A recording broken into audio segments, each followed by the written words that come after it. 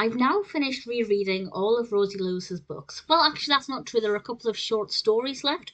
I will get round to those. But in terms of the full-length foster care memoirs, I've now reread them all, which is quite sad because I've really thoroughly enjoyed rereading them. And the last one that I had to reread was Broken.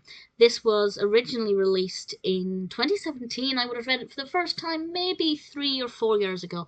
And it's one of those ones that I couldn't remember in any great detail, so I was very curious to kind of reread it and rediscover it. And I will say that I've reread her books in chronological order this time, and if you've never read any of her books, definitely that's something that I recommend, particularly because you get to enjoy the story of one of her other foster children, who features quite heavily. But if you want to just dive straight in with this one, I'd say it's quite tame. There's not too much shocking in it, but it does stir the emotions. There's one character who I hate, and I'm sure you'll agree, and I'm sure you'll know which character I mean. I might save that as a spoiler warning, but to get to the point, Rosie is looking after two children, Archie, who is 9, and his sister Bobbi, who is 5. And they've gone into care because there's safeguarding issues with their parents. And their parents, well, their mother and their stepfather. And we learn quite quickly that their mother doesn't really seem to have their best interests. She's more interested in her partner and doting on him. And there's just something really creepy about him as well. But while they're going through a parent assessment with them, they've also, at Archie's request, Archie wanted to see his birth father. They've decided to assess him as a potential guardian for them, and their father does feature in this quite a bit as they go on outings and things. And nothing is straightforward with this case. Archie is sullen, he's quiet, he's withdrawn, he's a bit of a mystery, but he also loves Harry Potter, so I rather loved him.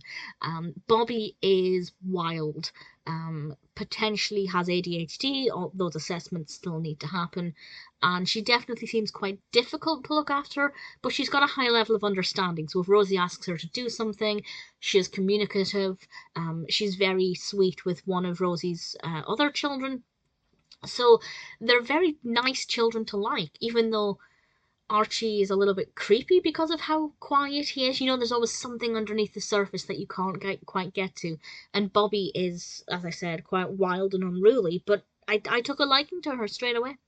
And that means that I was really emotionally invested in their journey. So when somebody comes along and tries to ruin things, that's not something that goes down well.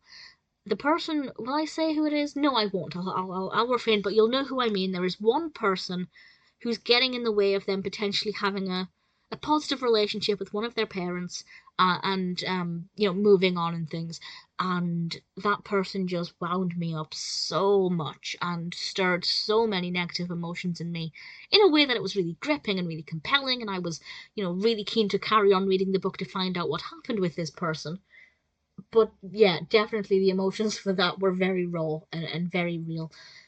As I said, it's not the most disturbing, I guess. There are some foster carer memoirs that are disturbing, and they're quite difficult to read if you're not used to that level of reading about, child abuse and neglect. This one, there are some disturbing things revealed at some point. I feel like once they happened, it was really glossed over, and they should have really done more with that. It didn't really go into any real detail, and I don't mean descriptive detail, but I mean details in terms of the aftermath and even the background to it. And you'll know what I mean when you get to that point in the book. It's near the end, to be honest. It's really far into it. And I feel like that was rushed. It was glossed over. I had more questions than those that were answered. So the ending definitely felt rushed. But the rest of the book was really pleasant, and I really did enjoy reading it. As I said, if you are new to Rosie Lewis's books, in terms of being a good entry narrative, it's a pretty good one to start with. But if you can, I do recommend reading them chronologically. But the first time I read them, I didn't, and I thoroughly enjoyed them. It didn't hinder my enjoyment or my understanding at all. But I have really thoroughly enjoyed rereading them chronologically, and Broken is one that I definitely recommend.